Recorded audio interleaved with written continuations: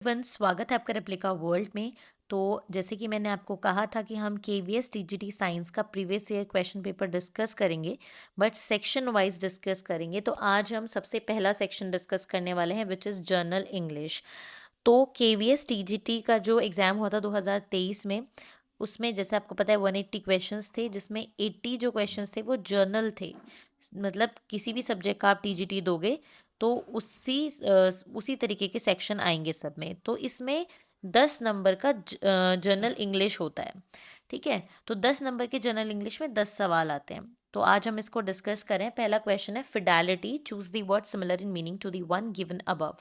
Fidelity का synonym हमें बताना है। 4 ऑप्शंस हैं हमारे पास, फेम, लॉयल्टी, अफेक्शन या फिर जॉय। तो फिडेलिटी का मतलब होता है लॉयल्टी या किसी के साथ लॉयल रहना। तो इसका जो आंसर है वो है सेकंड, लॉयल्टी। नेक्स्ट क्वेश्चन है इम्पेंडिंग। इम्पेंडिंग का भी हमें सिनोनिम बताना है क्योंकि सिमिलर इन मीनिंग पूछा गया है। 4 ऑप्शंस हैं, इंसिडेंटल, इंटरेस्टिंग, सीरियस या इमिनेंट। तो इम्पेंडिंग का मतलब होता है जो चीज़ नियर फ्यूचर में होने वाली है, which is approaching. For example कि अभी पता लग गया है कि अर्थक्वेक आने वाला है, तो हम कह सकते हैं impending earthquake, that we are prepared for the impending earthquake. तो इम्पेंडिंग का मतलब है जो जस्ट होने वाला हो नियर फ्यूचर में। तो चारों ऑप्शन में से इमिनेंट इसका सिमिलर मीनिंग रखता है। नेक्स्ट क्वेश्चन है, एक सेंटेंस दिया हुआ है और हमारे से जो अंडरलाइंड वर्ड है इस सेंटेंस में उसका पार्ट ऑफ स्पीच पूछा गया है। He bought me a walking stick. वो मेरे लिए एक वॉकिंग स्टिक लेकर आया, चलने के लिए जो हेल्प करती है स्टिक, वो स्टिक लेकर आया है वो मेरे लिए। तो वॉकिंग यहाँ पे क्या दिखा रहा है? नाउन है वॉकिंग, वर्ब है, एडजेक्टिव है या फिर एडवर्ब है। तो वॉकिंग जो है आप देख सकते हैं वो कोई वर्ब नहीं है क्योंकि कोई व्यक्ति नहीं चल रहा है उसमें। उसमें जो स्टिक है उसके बारे में बता रहा है कि स्टिक कैसी है, वॉकिंग स्टिक है। तो क्योंकि ये किसी ऑब्जेक्ट की इंपॉर्टेंस है, उसकी विशेषता बता रहा है, इसलिए ये एडजेक्टिव है। तो आंसर है इसका adjective, third option adjective. Next question है, he gave me a beautiful book. उसने मुझे एक ब्यूटीफुल बुक दी। इसको पैसिव वॉइस में चेंज करना है। तो आपको पता है कि पैसिव वॉइस में क्या होता है कि जो सब्जेक्ट होता है वो ऑब्जेक्ट की जगह आ जाता है, ऑब्जेक्ट सब्जेक्ट की जगह आ जाता है। तो यहाँ पे सब्जेक्ट है ही और ऑब्जेक्ट है ब्यूटीफुल बुक, तो ब्यूटीफुल बुक पहले आ जाएगा। अब इस लॉजिक से देखें तो दो ऑप्शन तो हमारे वैसे ही एलिमिनेट हो जाते हैं क्योंकि वो आई वॉज गिवन से स्टार्ट हो रहे हैं, आई हैव बीन गिवन से स्टार्ट हो रहे हैं, जो कि गलत है। ऑब्जेक्ट से स्टार्ट करना है ना, ब्यूटीफुल बुक से स्टार्ट होना चाहिए सेंटेंस। तो थर्ड और फोर्थ तो नहीं है, फर्स्ट और सेकंड हो सकता है। फर्स्ट है a beautiful book was given to me by him, ठीक है, और एक है a beautiful book was given to me. तो सिर्फ बाय हिम का फर्क है। तो पहला आंसर सही है क्योंकि हमें ही को भी तो इन्वॉल्व करना है। तो a beautiful book was given to me by him is the correct answer which is first one. Next question is he said to me will you please help me. ये एक सेंटेंस है, इसको हमें indirect speech में करना है।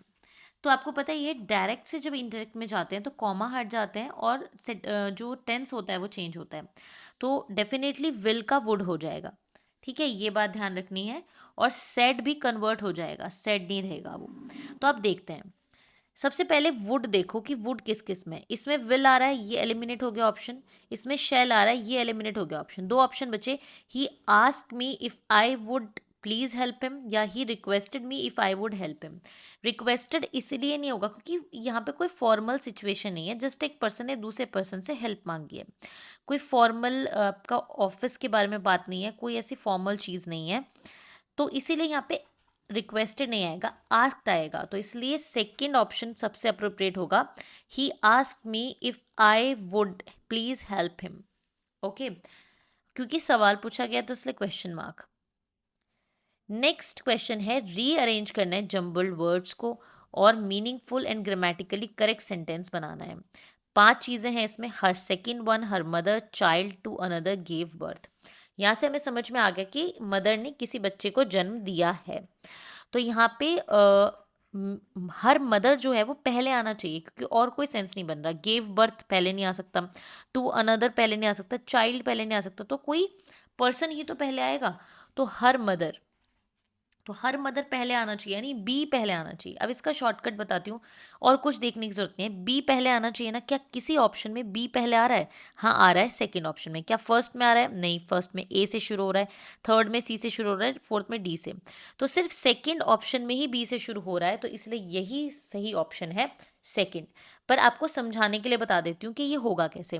देखो, पहले नंबर पे हर मदर आना चाहिए, फिर क्या होना चाहिए? हर मदर गेव बर्थ, ठीक है, to another child her second one, मतलब उसकी माँ ने एक और बच्चे को जन्म दिया जो उसका दूसरा बच्चा है, सेकेंड नंबर का बच्चा है ना।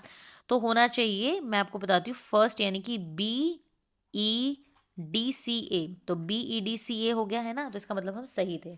तो वहां पे आपको इतना दिमाग लगाने की जरूरत नहीं है। अगर आप इस तरीके का ऑप्शन मिलते हैं तो आप आराम से जल्दी लगा सकते हो, टाइम सेव कर सकते हो।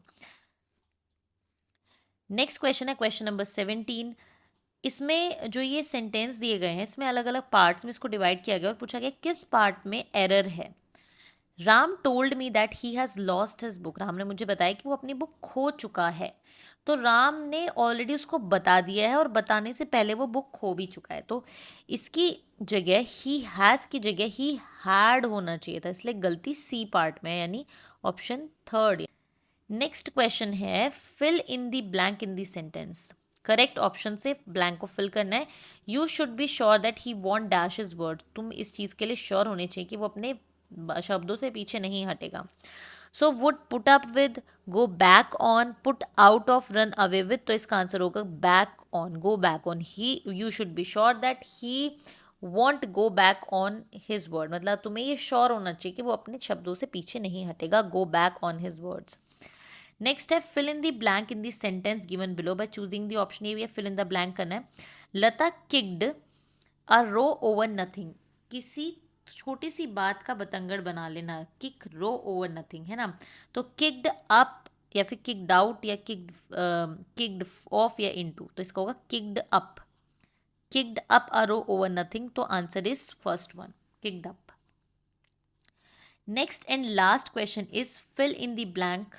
Also this is fill in the blank. It will dash him if he loses the match. अगर वो मैच लूज कर जाएगा तो क्या होगा? बहुत परेशान होगा।